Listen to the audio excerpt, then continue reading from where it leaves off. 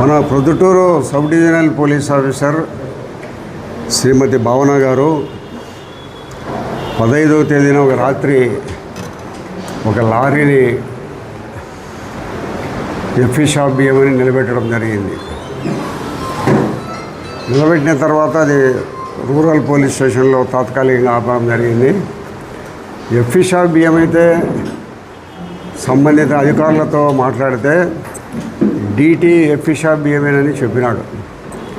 దాని మీదనే case register చేయాల్సిన అవసరం అయితే ఉంది. నేను తహసీల్దార్తో మాట్లాడినా డీటీ గారితో వాళ్ళు చెప్పినారు, డీటీ గారు ఎఫ్ఈ షాప్ బియ్యమని చెప్పినారు. చెప్పిన తర్వాత కేసు రిజిస్టర్ చేసి సంబంధిత అధికారులకు రెవెన్యూ డిపార్ట్మెంటు తహసీల్దార్ వాళ్లకు సంబంధిత లారీని హ్యాండ్ ఓవర్ చేసి సీజ్ చేయాలి, పోలీస్ స్టేషన్ సీజ్ చేసి వాళ్ళకి హ్యాండ్ ఓవర్ చేయాలి రెవెన్యూ వాళ్ళకు. దానిపైన ఈ ఒరిజినల్ బిల్లులా మంచి బియ్యమా, ఈ ఎఫ్ఈ ఫెయిర్ ఫ్రెష్ షాప్కి సంబంధించిన బియ్యమా వేరే బియ్యం అని విచారించి దానిని ప్రొద్దుటూరు తహసీల్దారు రిలీజ్ చేయాల్సిన అవసరం అయితే ఉంది. ఆ మాదిరిగా చేయకుండా జమ్మల మడుగులో బిల్లులు తీసుకొని వచ్చి ఆ బిల్లులు కరెక్ట్ అయినట్టు బియ్యం అని వాళ్ళు ఏదో బిల్లులు ఇచ్చినారని లారీని రిలీజ్ చేయడం జరిగింది. ఎవరు బిల్లులు పొద్దుటూరులో బియ్యం పట్టుకున్న తర్వాత దానికి వెరిఫై చేయాల్సింది పొద్దుటూరు తహసీల్దార్ చేయాలి.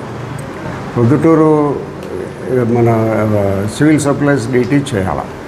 అట్లా చేయకుండా జమ్మల మడుగులో వాళ్ళు తహసీల్దారు వాళ్ళు దీంట్లో బిల్లులు ఇచ్చినారు ఈ కరెక్ట్ అయినట్టేనంటే మన పొద్దుటూరు డిప్యూటీ తహసీల్దార్ ఎఫ్ఈ షాప్ బియ్యం అని నిర్ధారించిన తర్వాత జమ్మల మడుగోలు ఎట్లు ఇస్తారు? అసలు జమ్మల మడుగోళ్ళకు ఇచ్చిన బిల్లులు దీన్ని మనం పరిగణలోకి తీసుకోవాల్సిన అవసరం ఏముంది? మన పొద్దుటూరుకి హ్యాండ్ ఓవర్ చేయండి. మీరు పొద్దుటూరు తహసీల్దార్కి హ్యాండ్ ఓవర్ చేసి పొద్దుటూరు తహసీల్దారు దాని మీద విచారణ జరిపి ఆయన ఏం నిర్ణయం తీసుకుంటాడో అది రెవెన్యూ డిపార్ట్మెంటు సివిల్ సప్లైస్కి సంబంధించిన వాళ్ళు చేయాలి. అట్లా చేయకుండా ఏదో బిల్లులు జమ్మల మడుగు నుంచి బిల్లులు తీసుకొని వచ్చినారని ఆ బిల్లులు కరెక్ట్ అయిన బిల్లులే అని తహసీల్దార్ ధృవీకరించినాడని డిఎస్పీ గారు రిలీజ్ చేయడం జరిగింది. పొద్దుటూరులో పట్టుకునేది పొద్దుటూరు మండలంలో పట్టుకునేది పొద్దుటూరులో చేయాలా. పొద్దుటూరు రూరల్ పోలీస్ స్టేషన్లో కేసు రిజిస్టర్ చేసి ఎంఆర్ఓకి హ్యాండిల్ చేయాల్సిన అవసరం అయితే ఉంది. అట్లా చేయకుండా డైరెక్ట్గా జమ్మల మడుగు నుంచి కరెక్ట్ అయిన బిల్లులని తీసుకొని వచ్చి ఆ బియ్యాన్ని రిలీజ్ చేయడం జరిగింది.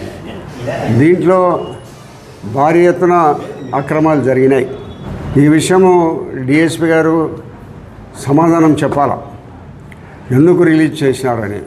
జమ్మల మడుగు తహసీల్దార్ ఎవరు ఇచ్చేదానికి? పొద్దుటూరులో బియ్యం పట్టుకునేదానికి జమ్మల మడుగు తహసీల్దార్ ఎట్లా ఇస్తాడు? సంబంధం ఏంటి? పొద్దుటూరు తహసీల్దార్ వాళ్ళు ఇవ్వాలా, విచారణ జరపాల్సింది పొద్దుటూరు తహసీల్దార్ వాళ్ళు జరిపించాలా. ఇక్కడ పట్టుకునే బియ్యాన్ని జమ్మల మడుగు వాళ్ళు ఏదో బిల్లులు ఉన్నాయని 4 రోజులకు బిల్లులు ఉంటే దాని మీద దాంట్లో ఉండాలి కదా, బిల్లులు నీ దగ్గర ఉండాలి కదా. ఎప్పుడో మరుసటి రోజు 2 రోజులకు బిల్లులు తీసుకొని వస్తే అవి కరెక్ట్ అయిన బిల్లులా? వాడు లారీ వాడు ట్రిప్ షీట్లో చెన్నైకి అని రాసినాడు. ఎందుకు పోతున్నాయి చెన్నైకి బియ్యం? కొంతమంది దొంగలు చౌక దుకాణానికి సంబంధించిన బియ్యం కొనుక్కొని వాళ్ళు చెన్నైకి ఈ ప్రాంతాలకు తగిలిస్తాడు. ఇది ఒక ముఠా ఉంది. జమ్మల మడుగులో ఉంది, ప్రొద్దుటూరులో ఉంది, మైదుకూరులో ఉంది. ఈ యొక్క రేషన్ షాపు బియ్యాన్ని బయట ప్రాంతానికి తరలించే ఒక ముఠా ఉంది. ఆ ముఠాలో సంబంధించిన బియ్యమే ఈ డిఎస్పీ గారు ఈ విషయంలో సమాధానం చెప్పాలా ప్రజలకు. ఆ అమ్మకు వదిలే అధికారం ఎక్కడుంది? వదిలే అధికారం మీకు ఎవరికి లేదు. వదిలే అధికారం జాయింట్ కలెక్టర్కి ఉంటుంది, లేదా మన తహసీల్దార్కి ఉంటుంది, డిఎస్ఓకి ఉంటుంది. ఎవరో తహసీల్దార్ ఇచ్చినాడంటే జమ్మల మడుగు తహసీల్దార్ ఎవరు? పొద్దుటూరికి సంబంధించి అతను.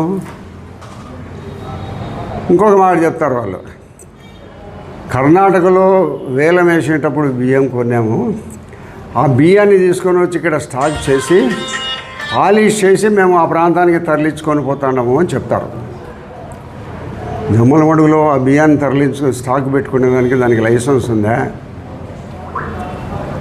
నువ్వు ఎక్కడి నుంచి కొనేట్టు తీసుకొని వచ్చిన పెట్టుంది, ఇక్కడ పాలిష్ చేయాల్సిన అవసరం ఏముంది? నువ్వు కర్ణాటకలో కొంటే చెన్నైకి పోవచ్చు డైరెక్ట్గా, ఓయా చిత్తూరు మీద పోతుంది. ఇంత దూరం తిరిగి రావాల్సిన అవసరం ఏముంది? జమ్మల మడుగులో నువ్వు స్టాక్ పెట్టాల్సిన అవసరం ఏముంది?